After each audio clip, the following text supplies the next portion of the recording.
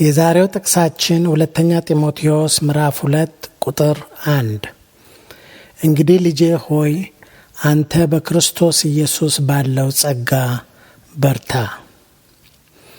ይሄ አነጋገር ለየት ያለ የአዲስ ኪዳን ቃል ነው። በብሉይ ኪዳን እንደ ኢያሱ አይነት በተደጋጋሚ በሌላም ቦታ ላይ የሰው ልጅ በርታ ተብሎ ተነግሮታል። እግዚአብሔር በርታ ብሎ ተናግሮታል። ነገር ግን በዚህ በአዲስ ኪዳን ለመጀመሪያ ጊዜ እንግዲህ ልጄ ሆይ አንተ በክርስቶስ ኢየሱስ ባለው ጸጋ በርታ ይላል።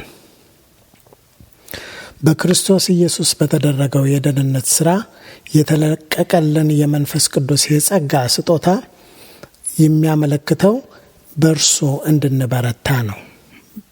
በራሳችን ጉልበት ወይ በራሳችን ኃይል ሳይሆን የምንበረታው እግዚአብሔር በሚሰጠን ጸጋ እንድንበረታ ነው።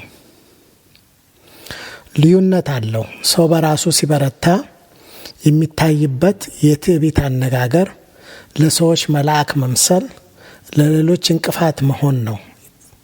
በእግዚአብሔር ጸጋ ግን ስንበረታ በእግዚአብሔር ጸጋ ይበዛልንና የተትረፈረፈልን ኦቨርፍሎ ሲያደርግ በስቶ ሲፈስ ሌሎቹ ጋር ሲደርስ ለሌሎቹ በረከት ይሆናል። ስለዚህ በእግዚአብሔር ጸጋ እንዴት እንበርታ? ምንድን ነው የሚያስፈልገው? ምን እናድርግ? ብርታትን እንድናገኝ በጌታ በሆነልን ነገር የበረታን እንድንሆን እንዴት እናድርግ?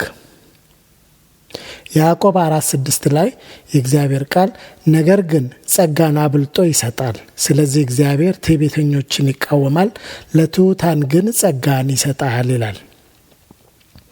የክርስትናን ሕይወት ለመኖር በራሳችን ጉልበት በትዕቢት ተነሳስተን እኖራለን ብለን ብንጋለጥ የሕይወት ምንጭ የሆነው እግዚአብሔር ራሱ እንደሚቃወመን ይናገራል።